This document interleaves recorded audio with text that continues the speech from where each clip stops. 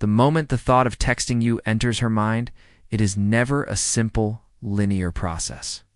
It doesn't begin with the words she might type, but with a sudden, unbidden feeling, a pang of nostalgia triggered by a song on the radio, a fleeting memory sparked by a place you once visited together, or simply the heavy, pervasive quiet of a lonely evening. This feeling is the catalyst, an emotional spark in the otherwise controlled environment of her post-breakup reality. She instinctively reaches for her phone, a modern-day reflex to soothe an ancient ache for connection. Her thumb finds your name almost automatically, her muscle memory betraying the conscious effort she's made to erase you.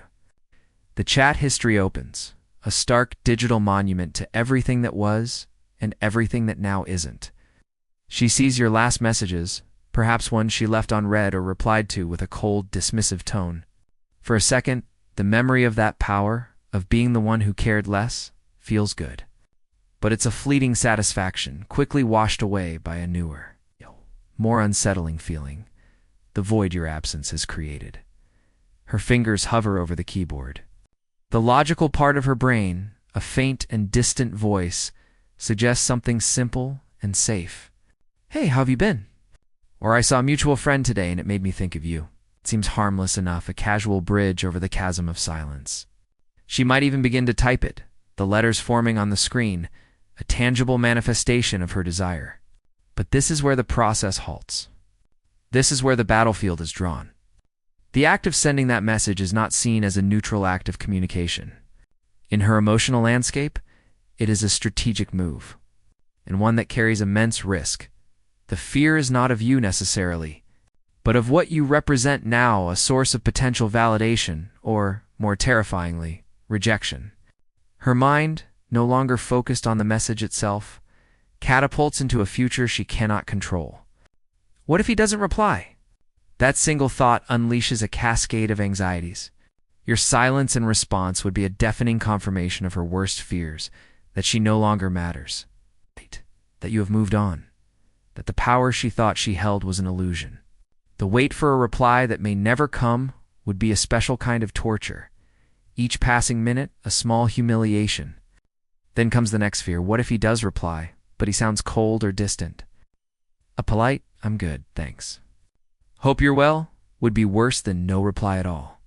It's the digital equivalent of a closed door, a polite but firm boundary that tells her she is now on the outside. It confirms that the version of you who once cherished her is gone, replaced by a stranger who feels no warmth. This is the critical juncture where pride intervenes, whispering in her ear like a seasoned strategist on this battlefield of emotion. It tells her that hitting send is an act of surrender. It will make her look desperate, weak, and lonely. It will reveal her hand and show that she is the one who is still affected, still clinging, still caring. In the unspoken rules of this post-relationship dynamic, the person who breaks the silence is often perceived as the one who lost, the one who needs the connection more. Her pride argues that by staying silent, she maintains a facade of control and indifference. She can still pretend that she is the one who walked away unscathed, that her world is just as full and vibrant without you in it. So, instead of risking the exposure that comes with reaching out, she chooses the quieter, more familiar pain of longing. She deletes the draft, locks her phone, and places it face down, as if physically breaking the connection. She then engages in a series of mental and physical distractions to convince herself she made the right choice. She'll tell herself she's over it. She'll scroll mindlessly through social media. Or she'll text a friend about something trivial. But this performance is for an audience of one, herself. Beneath the surface, the war is still raging. She is hyper-aware of her phone, the very device she just rejected. Every buzz, every notification, sends a jolt of hope through her hope that it might be you, that you have taken the burden of choice from her, that you have thrown her a lifeline by reaching out first. She checks her screen constantly, her heart sinking a little each time it's a spam email or a group chat. This cycle of hope and disappointment is exhausting, and it reinforces the very anxiety she was trying to avoid. She is caught in a paradox of her own making. She wants to talk to you, but she doesn't want to bear the vulnerability of initiating it. She wants you to care, but she cannot show that she needs you to. She wants the comfort of your presence, but she is unwilling to pay the price of admitting she misses it. This internal tug-of-war is what truly stops her. It's not that she doesn't care. It's that she cares too much, and that level of care, when mixed with pride and fear, becomes paralyzing. The simple act of sending a text becomes a monumental decision laden with meaning, potential threat to her entire emotional ecosystem. So she remains still, waiting in a state of suspended animation, hoping you will change, so she doesn't have to face the terrifying prospect of being the one to make the first move. The initial frantic energy of the post-breakup silence eventually settles into something heavier and more profound. The battlefield of emotion and ego, once a scene of active conflict, begins to clear, and in its place, your silence rises not as a weapon, but as a vast, unbreakable mirror. It is this mirror that she is now forced to confront, and it is here that the true, unsettling work begins. In the first phase, her thoughts were consumed with power dynamics and the fear of looking weak. Now, they turn inward, and the questions shift from, "What will he think of me?" to a more terrifying, "What have I actually done?" This shift often happens in the quietest hours, when the world's distractions have faded and she is left alone with the echo of her own thoughts. Lying in bed, the glow of her phone illuminates not just her face, but the digital ghost of your relationship. She finds herself scrolling, almost against her own will, through the archives of your old conversations. It's a painful, meticulous archaeology. She isn't just reading words. She's reliving the emotional landscape they created. She sees the effortless banter that used to make her laugh, the patient way you listened to her daily frustrations, the specific, thoughtful compliments that made her feel uniquely seen in a way no one else had managed.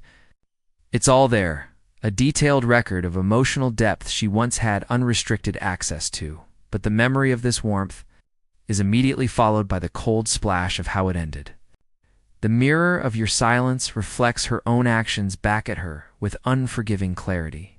Perhaps she was the one who grew distant, dismissing your consistency as boredom and your patience as a lack of passion. Maybe she tested you, pushing boundaries to see how much you would tolerate. Mistakenly interpreting your willingness to understand as a weakness to be exploited, she likely operated on the unshakable, unspoken assumption that you would always be there, a constant source of validation to return to once she was done exploring her options or fortifying her own ego. The realization that this is no longer true is what stops her dead in her tracks. The thought of texting you now isn't a simple hello. It feels like trying to reopen a door she herself slammed shut and bolted from the other side. There is a profound sense of shame and awkwardness. What could she possibly say that wouldn't sound hollow after her actions? "Hey, I know I pushed you away, but I'm bored now." The absurdity of her position becomes painfully clear. Concurrently, she begins to sense a fundamental change in your energy, even from a distance. This is the core of her intimidation. The man on the other side of this silence is not the same man she remembers. The version of you who would over-explain his feelings to avoid conflict, who would over-apologize for transgressions you didn't commit, who would overgive time, attention, and affection without the expectation of reciprocity. That man, in her perception, is gone. That version of you was predictable, and therefore safe to take for granted. His emotional availability was a resource she could tap into at her convenience. Your current silence, however, signals that you have stopped feeding that system. You have ceased trying to prove your worth through constant availability. This creates a new kind of energy that is both magnetic and frightening, a quiet, unassailable confidence. It communicates a simple, powerful truth: I am good with or without you. This is what truly terrifies her. She remembers a time when her moods could dictate yours, when a delayed text from her could send you into a spiral of anxiety, when your world seemed to revolve around her responses. That was her emotional control. Now, your non-reactive presence tells her that control has evaporated. Your energy is no longer desperate or seeking. It has become self-contained. Your attention no longer feels like a given right, but a privilege that must be earned. This shift is palpable. She can feel it in the way you carry yourself if she sees you in public, in the tone of your sparse social media posts, in the unwavering silence from your side of the digital void. This is the paralysis of intimidation, far more powerful than the paralysis of pride. Pride was about managing an external image. Intimidation is about confronting an internal failure. She is stuck, caught between the genuine desire to reconnect with the peace you represented and the terrifying knowledge that she has likely disqualified herself from it. Your silence has become the ultimate boundary, one she doesn't know how to cross because it isn't built on anger or manipulation, but on a calm, unwavering self-respect. To reach out now would be to acknowledge this new, stronger version of you, and by extension, to admit that the person who wasn't good enough was, in fact, her. The mirror shows her that she had something rare and stable, and she mistaken its steadiness for dullness, its depth for simplicity. Now, faced with the hollow chaos of other, more volatile connections, the reflection of what she lost is becoming impossible to ignore. The silence is no longer just your absence. It is the space where she is beginning to truly see herself, and the view is far more unsettling than she ever anticipated. The initial shock of your detachment gives way to a slow, insidious unraveling. The mirror of your silence has shown her a reflection she cannot unsee. And now, left with that image, her mind begins its desperate, chaotic work. This is no longer a simple battle between wanting to text you and her pride. That was the first, more straightforward war. This new phase is a psychological siege, where the absence of your emotional reactions creates a vacuum that her anxiety rushes to fill. The quiet confidence you now project does not, as she might have hoped, bring her closure or peace. Instead, it becomes a blank canvas onto which she projects her deepest insecurities and fears. And the masterpiece she paints is one of spiraling obsession. This process is subconscious at first. She doesn't consciously decide to obsess over you. Rather, she finds her thoughts circling back to you without permission. A song you both liked comes on in a coffee shop, and suddenly her entire morning is colored by a melancholic nostalgia. She sees a car like yours, and her heart gives a little lurch. These are not just memories. They are emotional triggers that pull her out of her present reality and back into the unresolved past. The peace you have cultivated in your own life becomes, ironically, the very thing that destroys hers. Because your energy is no longer reactive, she has nothing to push against. There is no argument to be had, no plea to dismiss, no long explaining text to analyze and feel superior to. There is only a vast, unresponsive calm, and for someone accustomed to being the center of your emotional world, this calm is maddening. It is this madness that births the mind games. Deprived of direct communication, she resorts to indirect signaling, a desperate attempt to provoke a reaction and thus regain a sense of control. She will post a carefully curated selfie, not just for general validation, but with the specific, unspoken hope that you will see it and feel a pang of loss. She might share a vague, emotional quote on her social media story, a message in a bottle tossed into the digital sea, intended for an audience of one. To her friends, she might dismiss it as just a post, but in the theater of her mind, it is a strategic move. She is trying to bait you into breaking your silence, to lure you into making the first move so she can feel desired and powerful again, without having to risk the vulnerability of direct contact. This is not strength. It is fear wearing the mask of confidence. It is the behavior of someone who wants permission to care again, is too proud to ask for it outright. The critical turning point. The moment the dynamic truly flips is when you see these breadcrumbs for what they are, and you consciously choose not to engage. You observe the selfie, you read the quote, and you feel nothing but a detached understanding of the strategy behind it. You do not like the photo. You do not react to the story. You maintain your silence. This non-reaction is more powerful than any counter-argument or reciprocated game. It communicates one devastating truth. You are no longer playing the game. You have left the arena.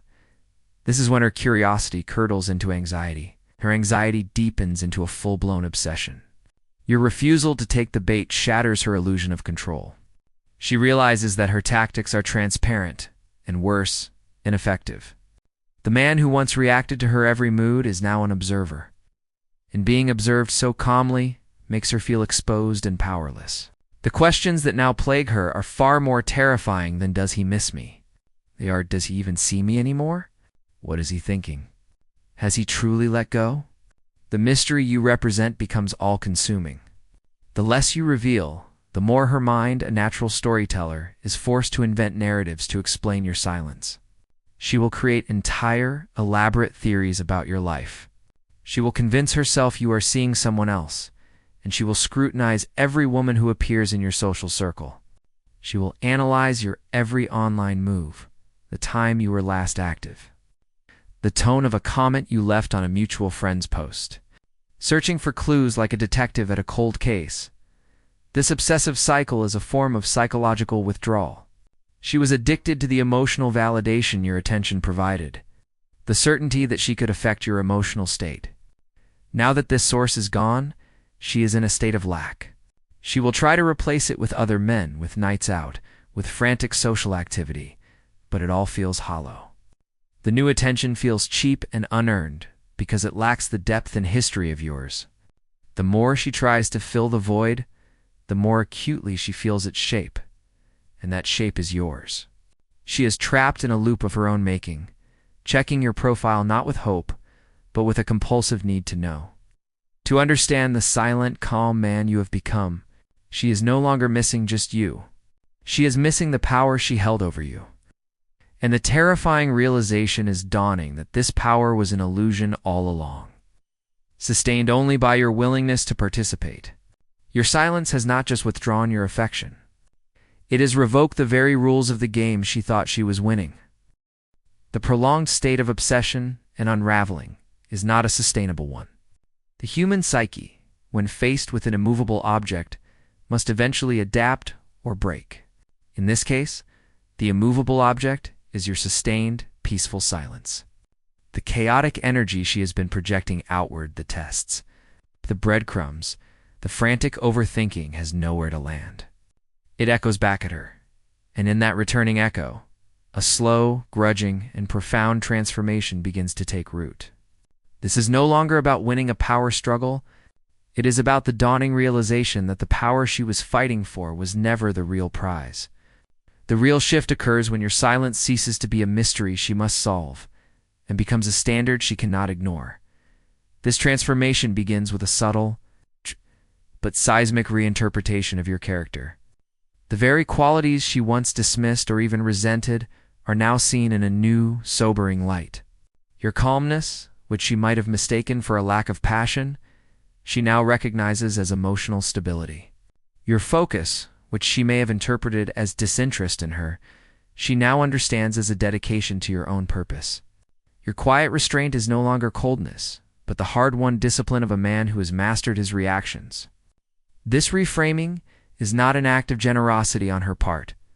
It is an involuntary admission forced upon her by the stark contrast between your unwavering peace and her own internal chaos. She starts to call you strong in her mind, where she once whispered distant. This is the moment the polarity truly flips.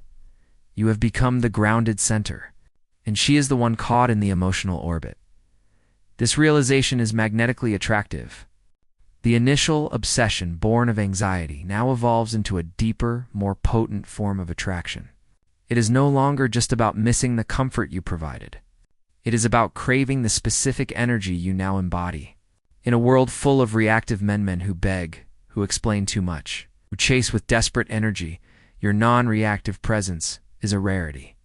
It is authentic, unshakable power, and on a subconscious level, she is drawn to it with a force that transcends mere logic.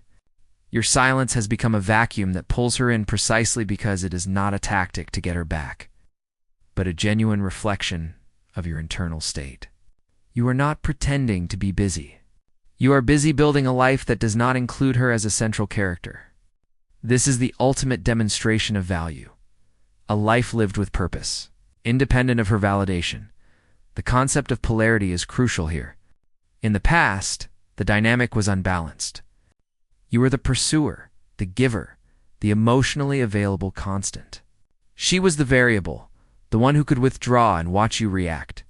This created a dysfunctional but familiar rhythm. Now, you have fundamentally altered that rhythm. By detaching, you have stopped the chase. You have become the stable, unmoving pole. In physics, opposites attract. In human dynamics, this polarity is the engine of lasting attraction. Your calm, focused, masculine energy now creates a powerful vacuum that draws in her more chaotic, emotional, feminine energy. She is no longer trying to win you back out of pride or competition. She is being pulled towards you because your centeredness offers the very security her nature is wired to seek. The man who doesn't need her is, paradoxically, the man she now feels she needs. This is the stage where you achieve what could be called irresistible detachment. You are not hostile or closed off. You are simply complete within yourself. Your value is self-evident and self-generated. When she interacts with other men, the contrast becomes painfully clear. They are transparent in their desires, quick to please, and easily thrown off balance. Their attention feels cheap because it is given so freely. Your attention, by contrast, feels valuable because it is discernible and earned. You have become a man of substance in a sea of echoes. This is what makes you unforgettable. She can find other men who will give her compliments, but she cannot find another man who carries the same quiet authority, the same sense of self-possession that you have cultivated in the crucible of her loss. Your transformation has rewired the very source of her desire. It is no longer about the memory of what you had, but about the potency of what you have become. She is not trying to rekindle an old flame. She is drawn to the new light you are emitting. The peace you carry is not passive. It is an active magnetic force. It communicates that you are not an option among many, but a standard against which all others are measured. Your silence, which began as a void, has now become the source of your gravity. You are no longer the man who chases. You are the man who is worth chasing. And in the quiet, unwavering certainty of your own worth, you have achieved the ultimate reversal. You have made your absence more compelling than another man's presence. The power is no longer something to be won or lost in a text message. It is the unshakable foundation you have built for yourself. And it is this foundation that she now finds herself desperately wanting to stand upon. The journey that began with a hesitant thumb hovering over a keyboard, that wound through the tortured corridors of obsession and the sobering clarity of self-confrontation, must eventually reach its end. The silent war, for all its lack of spoken words, cannot rage indefinitely. A final, decisive move is inevitable. This culmination is not marked by a dramatic confrontation or a grand romantic gesture, but by a simple, stark notification on your phone, a message, her message. It arrives not with the fanfare of victory, but with the quiet, exhausted sigh of surrender. The wall of pride, eroded by weeks or months of your unwavering silence, finally crumbles, and she reaches out. The text is often deceptively simpler, "Hey," or "I was thinking about you," but these few words carry the immense weight of her entire emotional journey. They are the white flag. Her heart will be pounding as she sends it. Every second that ticks by without a reply is an eternity of amplified anxiety.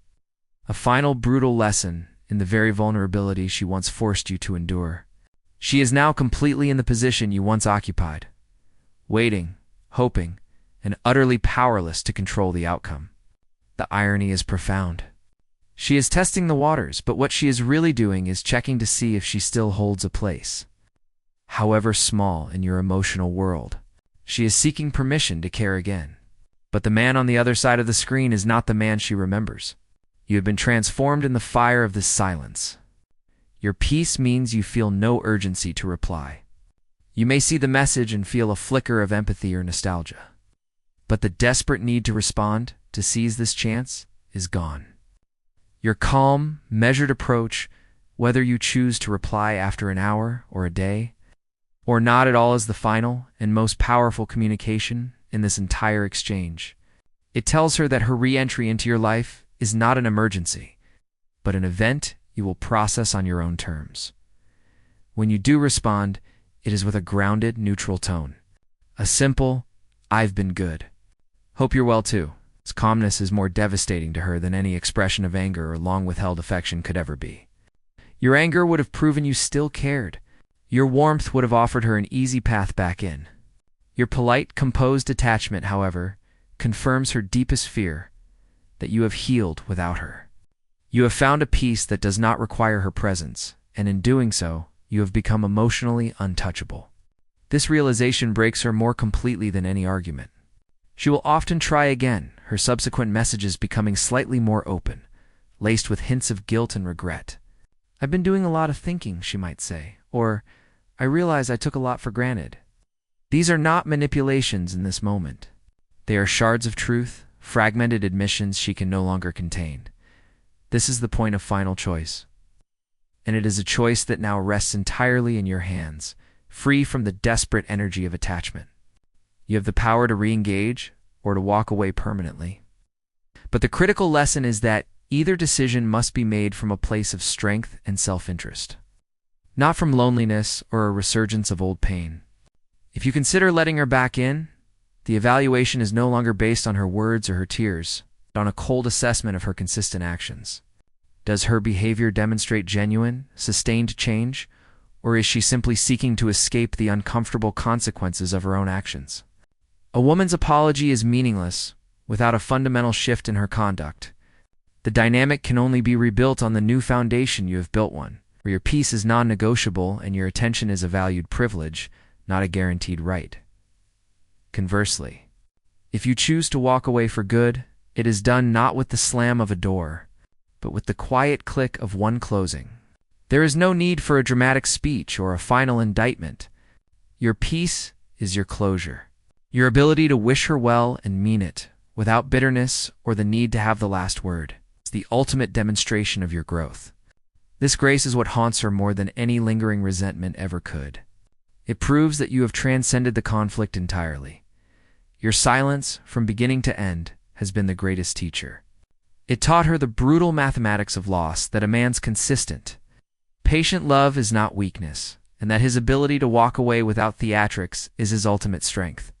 It taught her that real value is not proclaimed, but demonstrated through unshakable self-respect.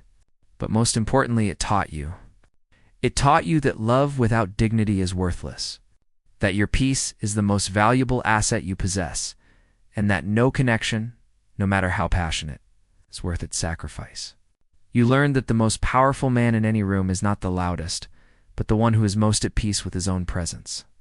You are no longer defined by her choices, but by your own. You are not the man she lost. You are the man who found himself in the silence she left behind. And that is a victory that no text message, no reunion, no fleeting moment of nostalgia can ever take away. The war is over. You have won by outgrowing the need to fight.